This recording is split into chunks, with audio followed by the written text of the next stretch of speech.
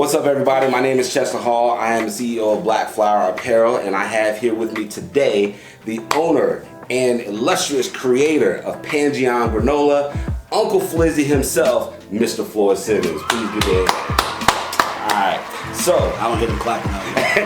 they clapping, don't worry about it, they clapping. So, I've talked a little bit about, Pangeon Granola, and if you haven't seen it, it's what you see in front of us right now. You have Pangeon Granola and then his Grizzly Bites, and we'll talk about them a little bit later on. But, how you been? We haven't talked in a while. I've been good. Really ready to jump into 24 and follow through on all the stuff I said I was going to do in 23. I think that's what everybody's dealing with right now. Right. 23 is like we're gonna redo this. But we can't blame them on COVID anymore. So, nope. So it's all COVID's gone now. All right. So it's all us. Personal accountability. All right. A 40-something-year-old African American male, married for 16 years to somebody I went to high school with, but it wasn't my high school sweetheart. We met again after high school and reconnected. Okay. Got 4 kids, 2 boys, 2 girls. All right. Big in the fitness industry for a while. Should hit you up a long time ago. I'm retired. I'm headed. We about to be matching. We about to be twins. Don't say that. We about to be twins. I'm in the middle of a snack tanglement as we speak. Oh, snack tanglement. I like that. Yeah. It started off as just like a cheap meal. Buzzword, snack tanglement. Yeah. Just an average kid, born and raised in Queens. Okay. I've been a resident of VA since 2017. I'm not gonna do the math, 6 years, and I love it down here. Product of a 2-parent household. That were both products of 2-parent households, and so I came from it well. I didn't have as many obstacles coming up as a lot of people did, but I grew up in Queens. So you see what you see, you learn what you learn, you know what you know. All right, big up Queens, big up VA. Always. All right. So you have a brand outside of Pangeon Granola called the Definitive Virgo. Tell us about Definitive Virgo and how that came to be. Definitive Virgo is that's me if I were able to incorporate or LLC myself. Okay. Definitive Virgo is because I'm born in September, and you always listen to horoscopes and things of that nature, and you kind of take on, or take pride in some of the aspects of it, and a lot of it I take pride in, being that, and perfectionist is the main one that people use. We have our own versions of it. Mm-hmm. But I do like things a certain way. I am very analytical. I am very inquisitive. I am very critical. I am, there are things that I kind of sign on to willingly when it comes to the Virgo zodiac sign. Oh, gracious. Go ahead. But so I just wanted to have a little fun with it. So Definitive Virgo is actually the main thing, and Pangeon Granola is a subsidiary of Definitive Virgo, and that allows me to be able to do more than one thing, because I'm definitely more than just a granola person. Snack. I might call you a snack, but I'm leaving that to your wife. Your wife calls you a snack. Hey, listen, man. No. I'm good. Keep it moving. No. Hey, y'all out there, y'all can comment. I don't care what y'all. If I'm a snack, I'm a snack. All right? It's all good. It's a crunchy snack, y'all. I'll be crunchy. Spicy, cheddary, cheesy. Oh cheesy. My God. I'll be a cheesy snack. So, how did you get into the granola aspect? That was the fitness industry. I was a personal trainer. I'm gonna take the 10 minute and make it into a 1 minute, if possible. Okay. I'm a huge nerd. Video games, comic books, music. I'm a huge nerd, and then I also was athletic, into fitness. I played football. I threw myself up the side of mountains doing Spartan races and things of that nature. It was almost a culmination of I needed a snack for myself and for my clients. I'm trying to ask my clients to eat a handful of almonds and expect them to stay consistent with that. Nobody wants to eat a handful of almonds on purpose. Nobody. Unless you like almonds. But you also have to contend with the fact that, hey man, there's Cheetos out there, there's barbecue chips out there, there's Oreos out there, there's some good stuff out there. There's almonds covered with Cheeto dust. But I'm not, my boys, we're not that when we weren't in our basement. I was a father, I'm not I'm not in my mom's basement playing video games with Cheeto dust on Doritos on my fingers or whatever. So I said, you know what? Let me do a granola, but I'll worry about how healthy it is second. Okay. It'll be a granola first, it'll be healthy second, rather than saying, okay, I want to make something healthy first, and granola is what I'm going to make. It was, I'm going to make granola, but I'm really going to focus on the flavors. I'm really going to focus on the ingredients to make it fun. All right, so can I pause and start with it? So are you telling me, maybe this is what I just heard. So you telling me that all granola is not healthy? Oh no, as a matter of fact, the vast majority of granola is high calorie. Oh wow. It's okay. very calorie dense. There's, it's a lot of carbs. Even if there's a lot of nuts and things in it, nuts are very fatty. It's a healthier fat. Mm-hmm. But calorie wise, granola should be the amount that you would want to eat if you're on a weight loss is doable. It's better than, but it's not the best that you can do. So those little Nutri-Grain bars that you could pick up. Much better than. Okay. And that's how I always describe it. It is better than. Okay. But it's not going to beat celery stick with peanut butter on it. It's not going to beat a handful of almonds. Fair enough. But who wants to eat a handful of almonds? That's ultimately what I did. I said, I'm going to balance this, but I'm going to balance it more on the nerd side. I'm going to balance it more on the taste side. I'm going to balance it more on it could be a little healthier. Okay. Gotcha. But it's not going to taste better than what I got. It's not going to be better. My first ever business was Pangeon Bath and Body.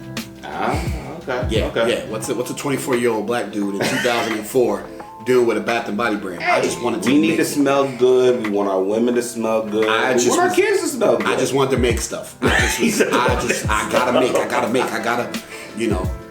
Actually, those are a thing. Yeah. Oh yeah. It's a thing.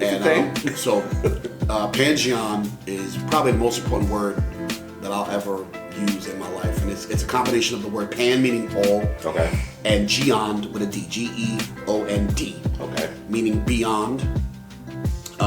And it doesn't just mean beyond in a physical way. It just means beyond, as far as beyond as an idea, beyond physically, beyond. So I was like, oh wow. And when I put them together, honest to God truth, when I put them together, the thought was, if this was on the side of a large building, you wouldn't know what that company sold. Okay. And then I also didn't want it to be a commonly used word, like a Target. Mm-hmm. But because I didn't want to be locked in. Understood. Gotcha. To something. Okay. I wanted it to be all-encompassing. I wanted it to be something that was slightly foreign. Mm-hmm. People are gonna have a little issue pronouncing it the first couple times they hear it, like a Louboutin or a Versace, Versace. So I was playing with all of this when I came up with it, and it stuck. So, okay. I like that. So, as you were, talking about some of your other endeavors, you're talking about the Bath and Body Works, and we got the granola. There's some other things that you've done in the past as well, or you're still currently doing. Yeah, clothes, jewelry, this necklace. Yes. So custom jewelry with stones and crystals. This is just from my wife being really into the energy, and she's a Reiki practitioner. Oh, wow. Okay. Oh man, she's deep. And I'm trying to get her deeper. I'm trying to get her. Pause, Granddad. Keep going. Go. I'm trying to, but I just love learning about new things. Okay. So when she had gotten into it, she had gotten into stones and crystals, and I'm like, oh, what's that about? Explain. Right. I'm a Virgo. Once again, definitive Virgo. What does that even mean? Right. Like, break it down to me. Right. Well, what? Explain. How is this connected to the heart? How does this mean love? And that's when I started to really learn about energy and frequencies and things of that nature. And I just allowed for it to exist. Okay. I don't know everything. Okay. So, you hear things, whether it's factual or not, has nothing to do with it. Mm-hmm. Explain it to me. Right. I'll allow it to exist and see, where it shows up in nature, see where it shows up in reality, and I think that it's the same thing with this, just with my business. Let me put put it out there. Let me see where it exists. Let me see where it lands. I'm gonna allow for this to be something that can compete with the big, the Kind bars and the Nature Valley and things like that. Let's just see. Let's just see where it sits. Okay. All right. Well, let's talk about it existing because it exists. It's sitting here right in front of us. You mind if we take a look at a couple of these? Yeah. So like, so if you got 3, I think you got 3. It should be 4 flavors over there. Actually, for the granola, if I were to total it all out, I believe I'm at 9 flavors right now. They rotate a little bit. Okay. They rotate a little bit. And now going back to how I operate. Okay. When I first came out, it was 4 flavors. Want to take a look? Yeah, sure. This one is Where's the Fire? All right. That's a chocolate granola with dark chocolate chips, sunflower seeds, and a pinch of cayenne. Okay. So that was one of my original 4. Okay, gotcha. Where's the Fire? WTF. There you go. I was just about to get into that. All of the names, because this is 2009. Okay. This is at the height of hashtags. Okay, right. They were just kicking in. Facebook just started in 2009, so everything is Facebook. And hashtags were a thing. Instagram was just Instagram was just kicking off, I think. A little bit after that as well. But everything was hashtags. Okay. So I was thinking about that, and I said, okay, no matter what I do, if this one's up on the store shelf, what's gonna make somebody stop and look at mine versus somebody else's? Right. So I said the hashtags. So orange mango ginger. OMG. Yep. Okay, I got Where's the Fire? Okay, WTF. There was POP, which was peanuts over peanuts. Okay. That was a peanut butter granola with crushed peanuts and peanut butter chips. Shout out to Pop Pops out there. And the peanuts are my dad's favorite snack. So that was an homage. It was Pop. It was POP. It was that was homage to my dad. And then I had one that I didn't do. That I stopped doing a long time ago. That was TGIF, and it was Thank Goodness It's Fruity. That one had That one had raisins in it. Okay. And it broke a cardinal rule for my product line.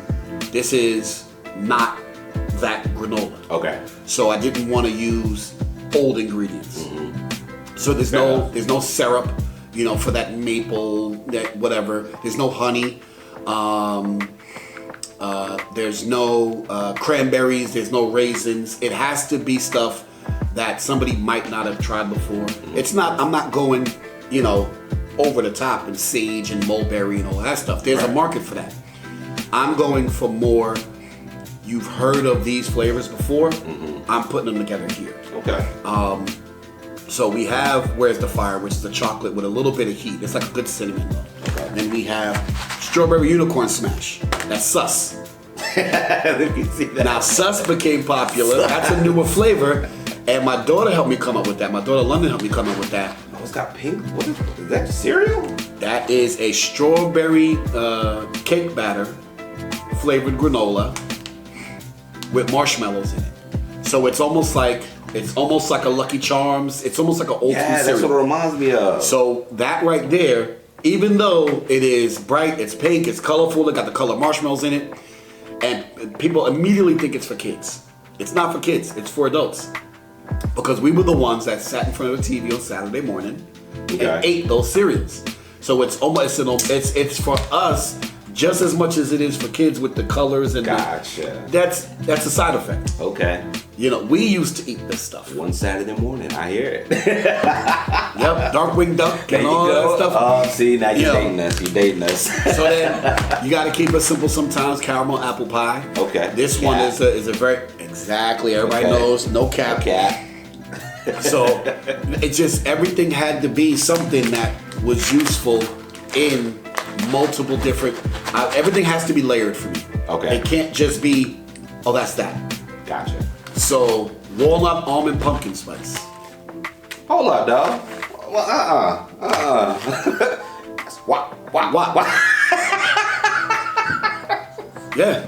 So okay, it's walnut, almond, pumpkin spice, and the song was out, and I 100% took advantage of it, knowing that in 5 years this would be here and people would be able to disconnect, and I wouldn't even be using, because I had a label that had WAP on it, right, and then walnut, almond, pumpkin spice. Okay.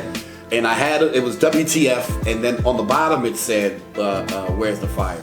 Now it's, I'm going shelf ready now. System's ready, right?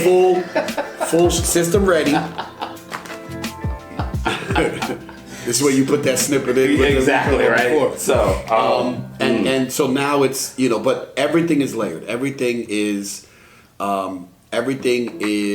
more complicated or involved than it has to be, because being a nerd, we like that stuff. We like discovering things. So even with the current labels now, there's different things in the labels that you can sit there, and if you have more than one bag, if you're just sitting there looking at it one day, which is what we used to do with the old cereal boxes, right, you'll sit there and go, wait a minute, the bear is over here. Wait a minute, is the bear over here with this one? Oh, all of it. I gotta go get the other bags because I want to see, where this is. Right. So I enjoy that, just the dropping of little things here that are really a callback to me. Like even the description of the flavors, I'm describing it as if it were a movie. Okay. And you can even pick up like, oh, that's like Batman. That's like a description of, Indiana Jones and the Raiders of the Lost Ark, or The Godfather, in the way that I'm describing the flavors. Okay. Let's go. Sus. A cake batter flavored granola that will have you off to see the whiz. Click those heels together 3 times for rainbow marshmallows and perfectly balanced sweet and tart strawberries. So that's based off of Alice in Wonderland, The Wizard of Oz. Okay.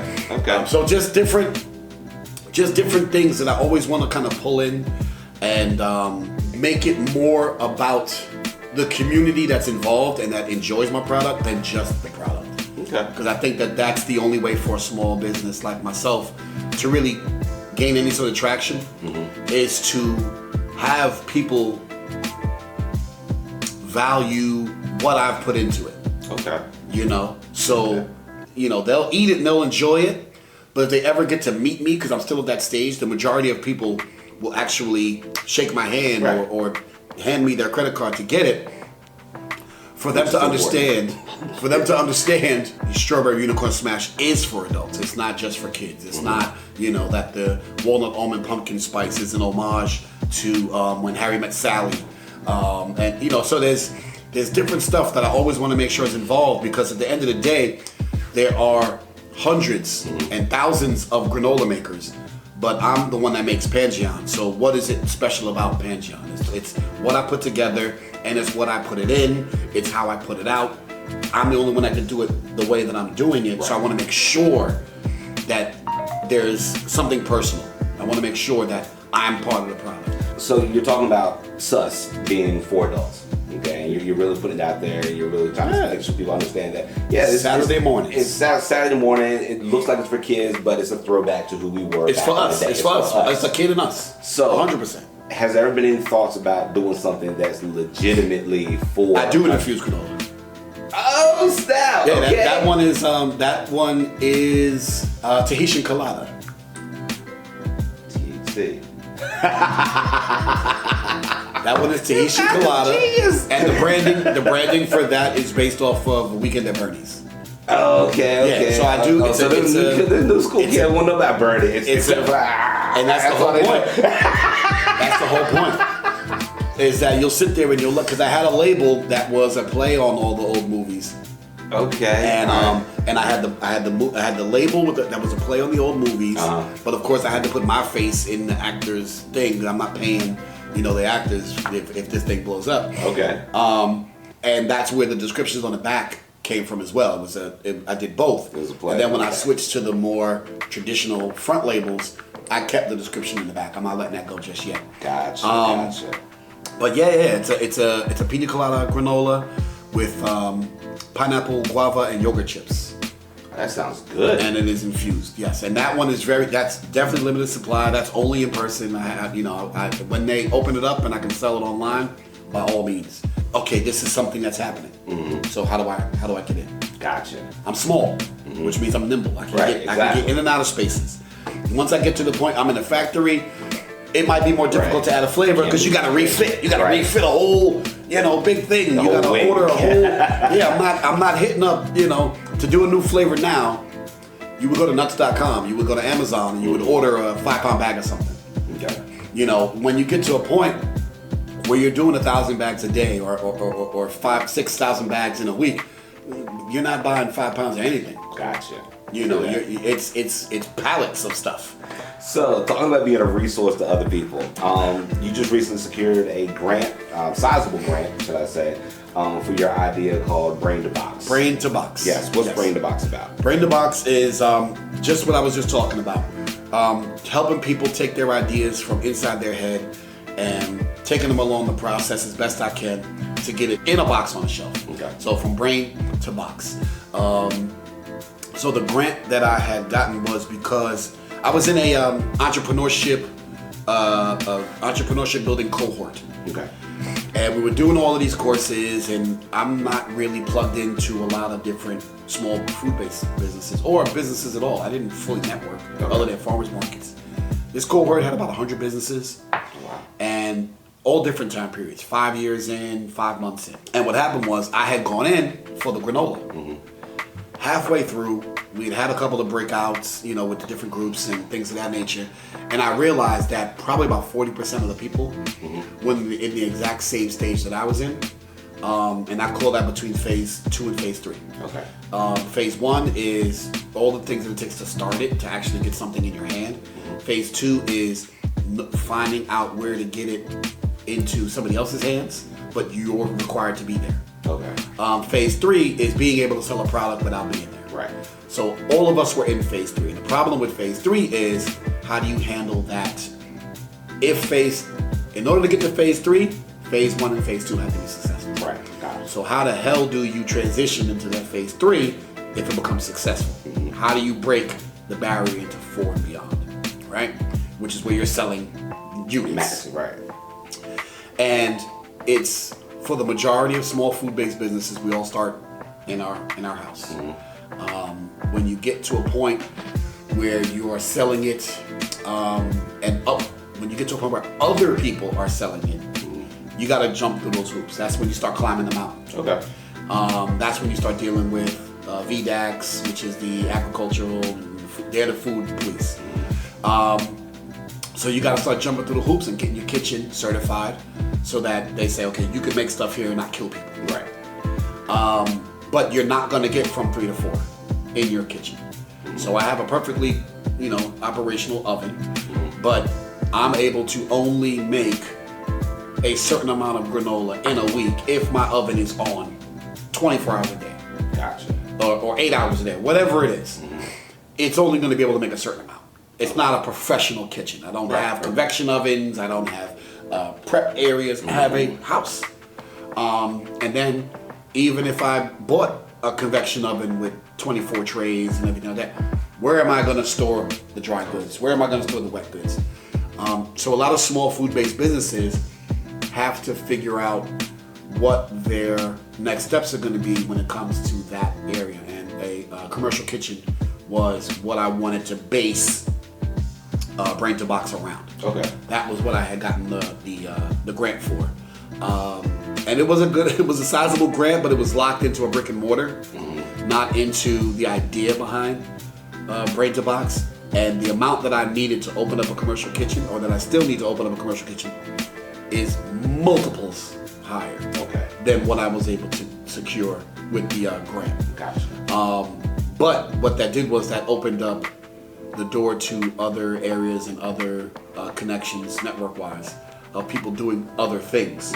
Because Brain to Box was going to be a commercial kitchen / business incubator. So I was focused on the commercial kitchen for the past 2 years, not realizing that the actual Brain to Box part could have been occurring online in a local library. Sure. And that's what we were talking about that off camera, of utilizing the space, and utilizing what I can do now to get me to that point. Because a commercial kitchen, I'm back to square one of looking at this mountain, and I'm going, and I went back, didn't make any steps. So I said, okay, it's not about the commercial kitchen, it's about Brain to Box. Gotcha. So that's where I'm at now, of just being a resource to others and making it so that Nothing should get in the way of you being able to start a sustainable business, food-based business, except for the quality of your product. I can't do anything about somebody's recipe.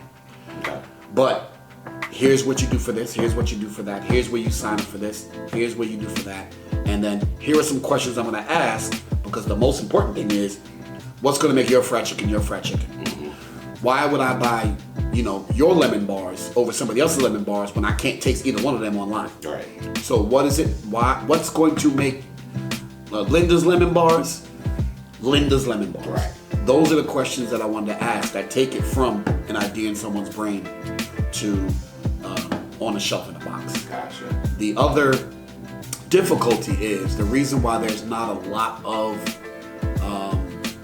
business incubators, especially that want to go all the way to the brain part, is because these people don't have a business yet. Okay. So there's a lot of this that is literally, I'm the first person that's going to hear some of this stuff. What am I going to charge somebody for?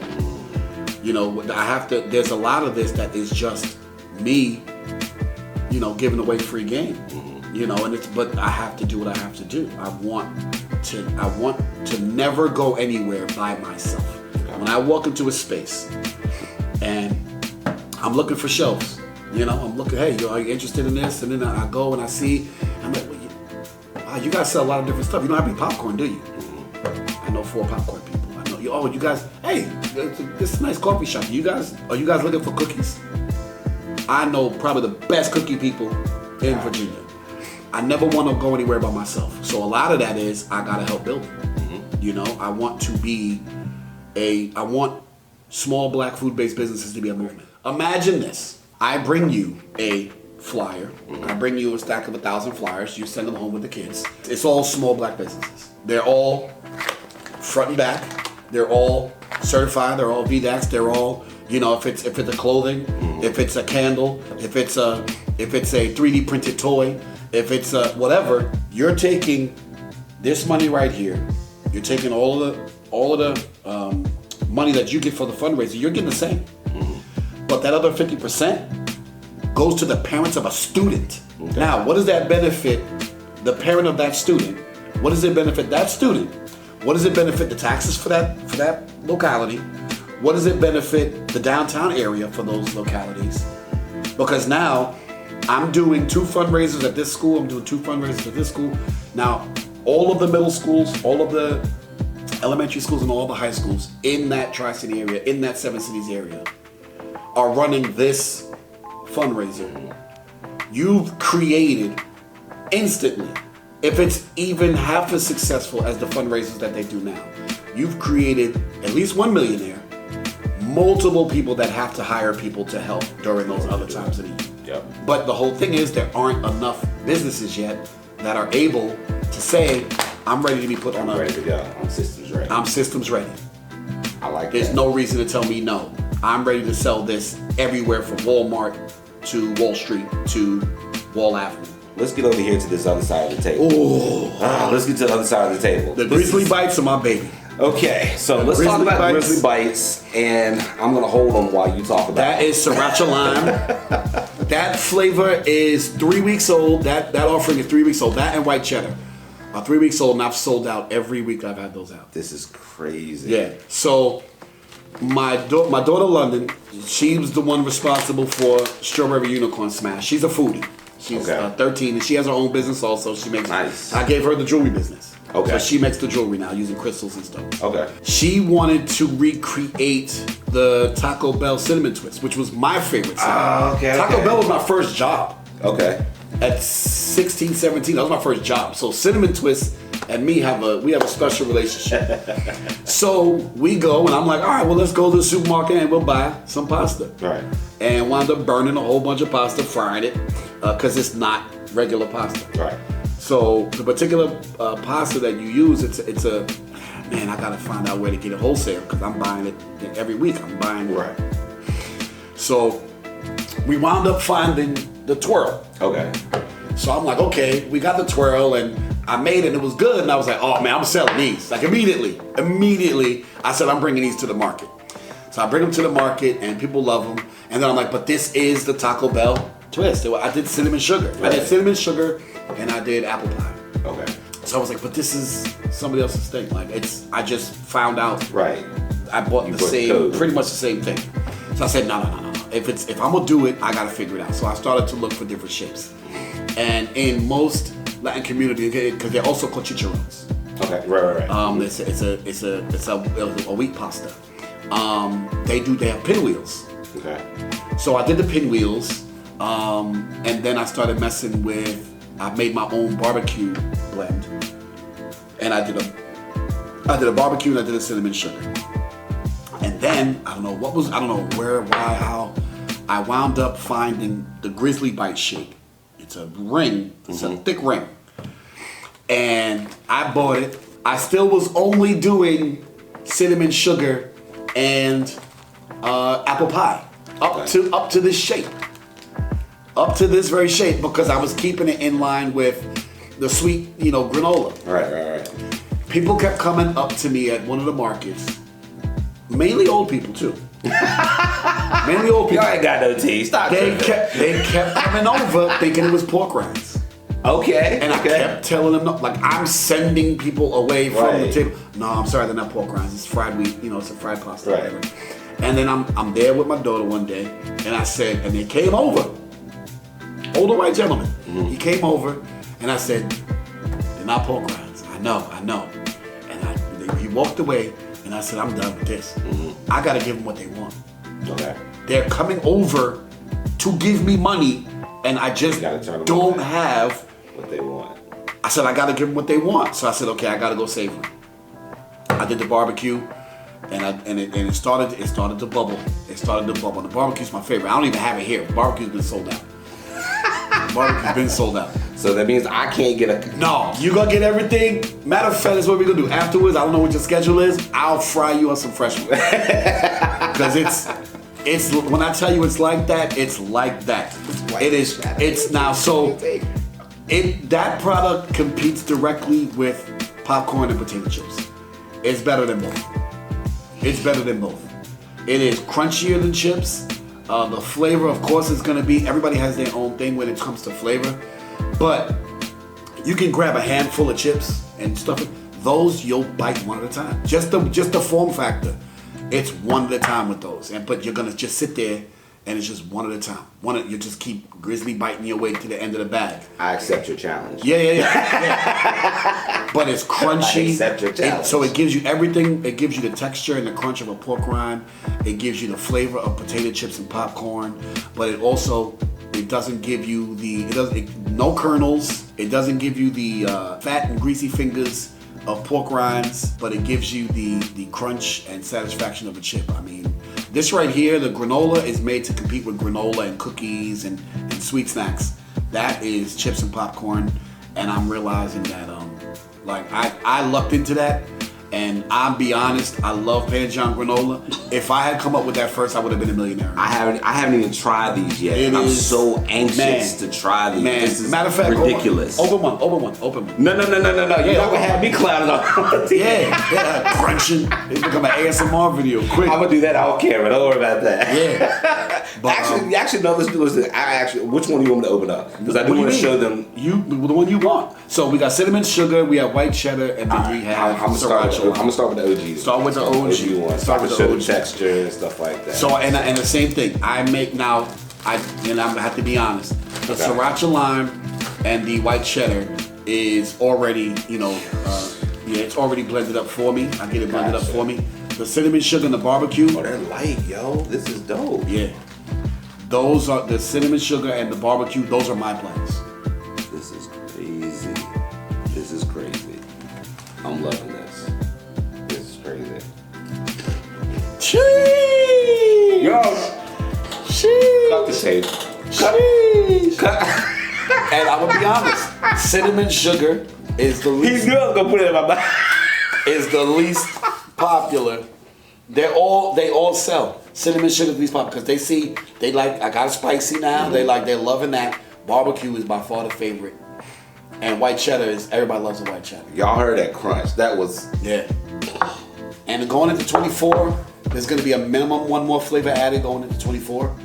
Probably something like a lemon pound cake or something super desserty to go with the cinnamon sugar. These will be gone by the time I get home. Mason, I'm sorry. They're on the website, but now if you look, these aren't going to be on shelves anytime soon because they don't have a front and a back. Right. So there's certain stuff I still gotta, go through to get it so it can be on store shelves. Now, it won't be nearly as much. Okay. I already know what to do to satisfy the VDAX gods. So this is literally stop BSing, take an hour on the weekend, put all the ingredients on the back, measure it out so you know the nutritional facts, and then I'm done. You made this? Yeah. Yeah. I'm gassed right now. Yeah, no, like this, crazy. Like I'm like, oh, I know I make a good. Confidence has never been a thing. Confidence has never been a thing. I'm like, nah, this is good. This is good, man. This is good. This right here, I'm upset. You ever heard a joke and wish that you came up with it? Oh yeah. Yeah. That's what happened. That's what happened. I was like, damn, I wish that I had done this in 2009. I'd be in a whole different thing now. Yep. All right. I would love to bring the granola on second because the granola is still gonna smash any granola out there. And I've had the granola. Granola's dope. But it's still niche. It's still a little bit niche. Yes. This right here, like I said, everybody eats popcorn and potato chips. Shit that we've been talking. Yeah. You really had a way of explaining everything that's going on in your life, or as far as going through Definitive Virgo. Yeah. So, given that, goals for 2024. What are your plans? To get more disciplined. Okay. That is number 1, 2, 3, and 4. It doesn't matter what my plans are. It's to a point where I'm at a space where I don't even have a 6-month plan. Okay. It is literally, I've become so in need of discipline with, where I am in my life right now that I need a week-to-week plan. I know what the plan's still a plan. I had it from 23. But the reason why 23 didn't go the way it went was because I wasn't disciplined. I told myself I wanted to stop doing the markets. It's at the time we're filming this, it's winter. It's winter 23.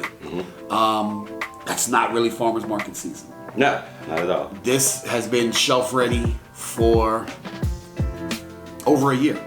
Okay. And there's multiple reasons.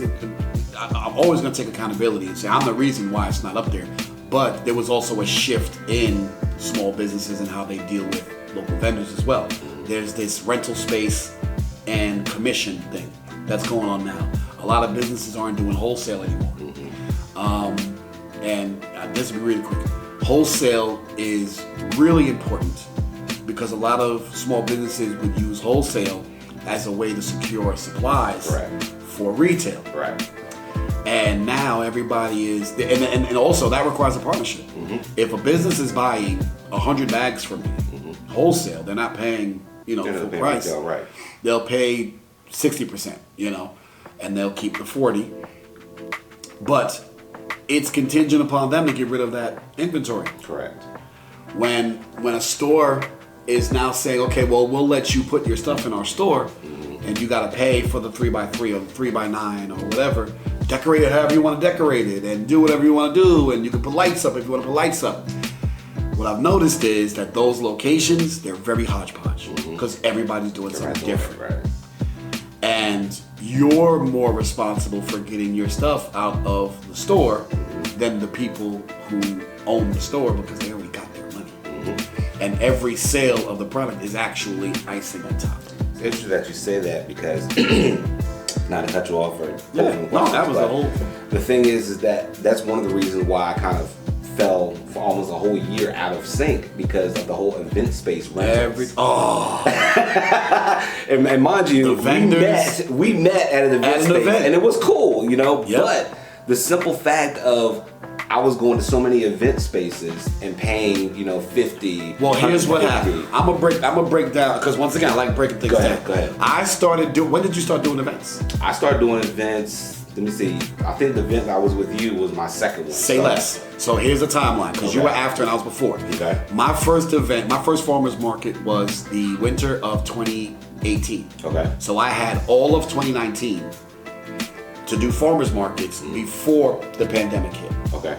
So what I noticed was that farmers markets were legit farmers markets at that point in time. The energy was very different in the farmers market space. That was the spot. That was the thing to do. The place to go was the farmers market, and it was still very niche. But there were only farmers markets. So in the Richmond area, which is where I live, which is where I was living at the time, there were maybe 4 farmers markets, and one of them was a huge one. Okay. And then there was a black farmers market, and so that was the only place that you were going to get value-added goods. Right. Your jellies, your jams, your candles, your scarves, your plants, your wallets, your crochet stuff. You were going to farmers markets to get these things. Pandemic hit, and amazingly, everybody had time to sit on their butts and go And ponder. Right. man, I hate doing what I was doing in 2019. Right. They got back in touch with their skills and their talents and their passions, and everybody started a business. Coming out of the pandemic, the farmers markets really blew up. What happens is there's only one customer. 2018, 2019, 2020 there's nothing, and 2021 there's only one customer, the person coming to the event. Right. What happened was in 2021, some people got smart and created a business around the business. So those are the events, those are the event holders. Okay. Now there's a overflow of small businesses. And people are now creating businesses around vendors being the customer. Correct. So they're literally just there to gather as many vendors as possible because that's how they make their money. Right. So what happens is some people may have asked, the people that are the system runners or the system participators have access to locations, prime locations, parking lots at baseball stadiums, indoor locations at malls that are closed down. And what they've done is they'll sit there and say, well, we have this amazing spot.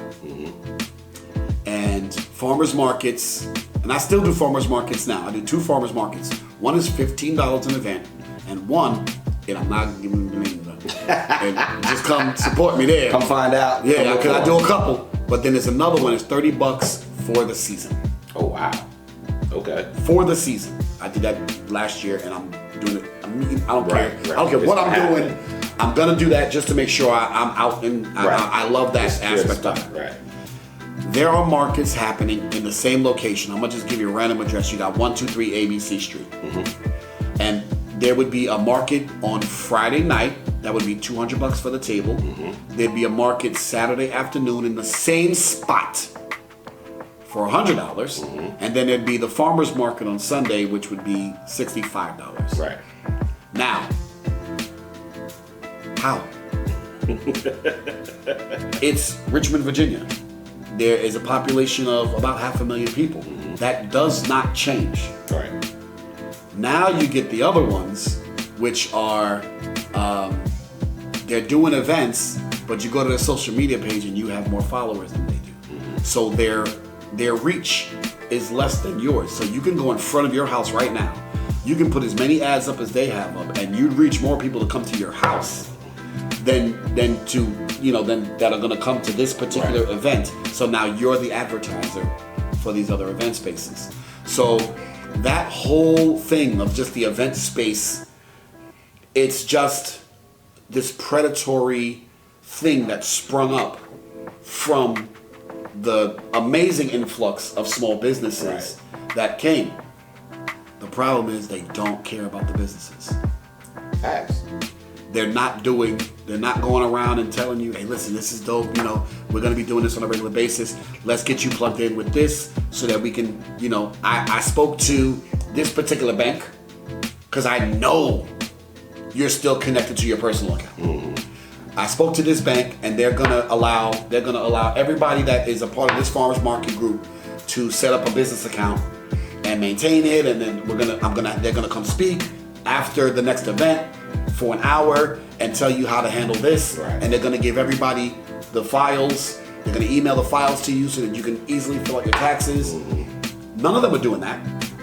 It's $200 for the table. Bring your own tent, bring your own table, bring your own chairs. Bring everything. Bring everything. Have at it. Yeah. What are we talking about? And even though I met some, including yourself, some really cool people, some really good vendors, and some really cool clients and customers, burnout. Grinding, chasing the bag. Yep. From North Carolina, South Carolina, all the way up to Philly, Jersey. I'm burnt out and I wasn't even traveling. you were in Norfolk. The event that I met you at was 2 hours from your house. Yeah. Yep. So. And it's just to get what you got when you came there that day. Yep. And I did break even. I got my money back. Now, let me tell you, it is irresponsible to do an event 2 hours from your house and break even. It is irresponsible. He didn't know that was going to be. That was only my second pop-up as well. You would hope. And who's going to sit there and tell you, and this is what I tell people all the time, who's going to sit there and tell you, and I'm going to tell you guys this all the time, before you do an event, you are supposed to make 5 minimum to 10 times what it costs for the table in order to say that is worth doing again. So if you go to a $15 farmer's market, that farmer's market should provide you with the opportunity to make $150. If you spend $30 on a table, that event is I'm giving you $30. You should be able to provide me with the opportunity to make $300. Now I'm a breakdown person. That'll be a whole separate video week. I would love to do that with you. We could definitely do that. And it's a common sense thing, but the common sense requires the math afterwards. Right. Exactly. You go, the common sense is let's break this down. Then you gotta actually do the breakdown. There's absolutely no way I'm ever doing a $75 table again without a guarantee of at least 2,000, 3,000 people walking through the door. And then that was the biggest problem. There was no guarantee. Nope. From some of the vendors, I'm not in the vendors, from some of the event they weren't even promoting it. Nope, you're the promotion. I was the promotion. I was calling people and telling people they'll send you the images. Hey, make sure that you put this on your social media. Yep. No, how about you get an ad? Yep. Where's that money going? Exactly. Do you have any advice for anybody that's watching or listening right now that wants to get into prepackaged goods? What advice do you have for them? I mean, this whole entire thing has been advice, but if you were to leave them with a last nugget or so, what would you like to leave them with? Personalize. Okay. What makes it yours? And then 2, and this is for people of color. What I would love to see is us embrace a green mentality. I am a black business, not a business for blacks. I can wear kente cloth at the event, but there's no real reason for me to utilize kente cloth in my product designs. Correct. Or in my labeling, because my business is about green. I'm black. The impact that I will have on my community is what I do with my revenue, not with a label. The label does nothing for the community. I'm already black. When it comes to designs, when it comes to advertising, when it comes to bring yourself to the table, and it'll be black enough. But realize that if you make it overly one thing, then you're making it overly one thing. You're going to eliminate a market. And at the end of the day, I want everybody to be successful with what it is that they're trying to get out there. Every customer is an ally to my cause. So if I'm trying to build small businesses, every customer is an ally to that cause. If I'm trying to help build it with Brain the Box, if I want to focus on small black-owned food-based businesses, right? Every customer is an ally to that cause. I don't need for everything I say to be any particular thing. I don't. If I were in the LGBT community, I don't need every aspect of my business to be LGBTQ. I need to be that. I need to be a person of color. I need to be a father raising kids. I need to be that. And my business needs to be about providing the best product I can provide to as many people as possible. Focus on that. Focus on that when you're thinking about the name. Focus on that when you're thinking about the flavors and the ingredients. I don't have anything that's certified gluten-free yet. Okay. So I have to do that. I have vegetarian products, Yeah. you know, with the things, and then one's not. And then making sure, being system ready, that label, it's on there. That little symbol, it's on there. Because I'm not vegetarian. Right. I don't have a gluten sensitivity. Okay. But when somebody comes to the table, the options are so limited to a lot of people that person could be a gluten-free advocate or a gluten-free customer, might be 5 regular customers because they love my product so much and I'm the only one that offers that. They might be worth 5 regular people or it could be that person we were talking about it earlier on, that one handshake that you're looking that for. one handshake. It could be that one that handshake. they run a coffee shop, and now I'm one of the products that's in there, and they're the lead in that field. They're the head honcho in that particular market or in that particular thing. Stop limiting yourself. Just figure out how you're going to inject yourself into an amazing product, into an amazing idea, into an amazing offering, and never, ever think that your first version is your last version. Is there any way outside of this, because you know this will go up on social media and on YouTube and all the stuff like that? Is there any other way that Black Flower can assist you in your endeavors? Branding. You know, I'm a nerd, so merch is you know, merch is something. You know, clothing designs, group ventures. Whoever gets the store first one to get a brick and mortar. You know, hey, in my store here we sell this, in your store here we got that going on. Working together and finding out how mine fits in with yours and yours fits in with mine is super key.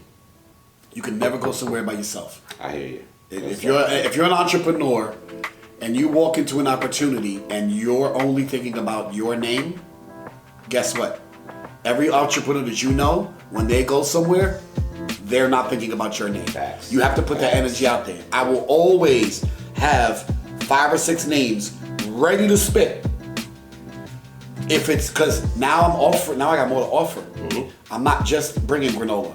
I'm bringing granola, t-shirts, sneakers. I'm bringing popcorn, cookies. I'm bringing everything to the table with me because I'm not by myself. Since we were talking about branding, I'm going to show you or share with you the next shirt that will be coming out of Black Flower Apparel. So I'm gonna be giving Uncle Flizzy a copy of this or one of these when it comes out. But if you take a look at that, that is a Black Flower exclusive collaboration with Pangeon Granola. Had to take the bear, which is your representation. If you look on the show, that is the Grizzly Bear is my spirit animal. And then pretty much put the granola on there and everything. It pops. This is a used shirt. It's just a sample, but we have them. I'm gonna squeeze this bad boy on. No, you're not. My kids is gonna be Dad. I'm like, shut up. So yeah. So ultimately, no, this is fire. That is that. So. And this is exactly what I mean.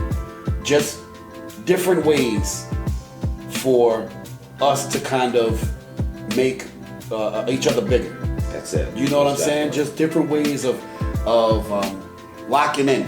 Because I'm good in my space. And I make my own products, and this is official logo and things of that nature. But I'm not in your space. You can definitely have me out here looking crazy. You can definitely have, and this right here, this is going on a hoodie, man. I need this bear on a hoodie. Fair enough. With the Black Flower, put your patch on there. We will make it happen. I need this bear on. I need this on a hoodie. We will make it happen. This is fire, man. On the other side of that, I have to present you with anybody that comes to does an interview with me. They always get the official piece. So this is also for you. The flagship. So there you go. On the front, this looks like it'll fit me. On the reverse, it's the reverse. This looks like it'll fit me. That's me. This will fit. This I can wear without the kids getting on me. I appreciate it, man. I appreciate it. So and let me just, as the inaugural interview, man, let me just tell you that this is needed, man. There's a lot of the Black voice, the creator voice, the educator voice, it's needed right now because there is a lot of information available to people. It is. Almost to a detriment.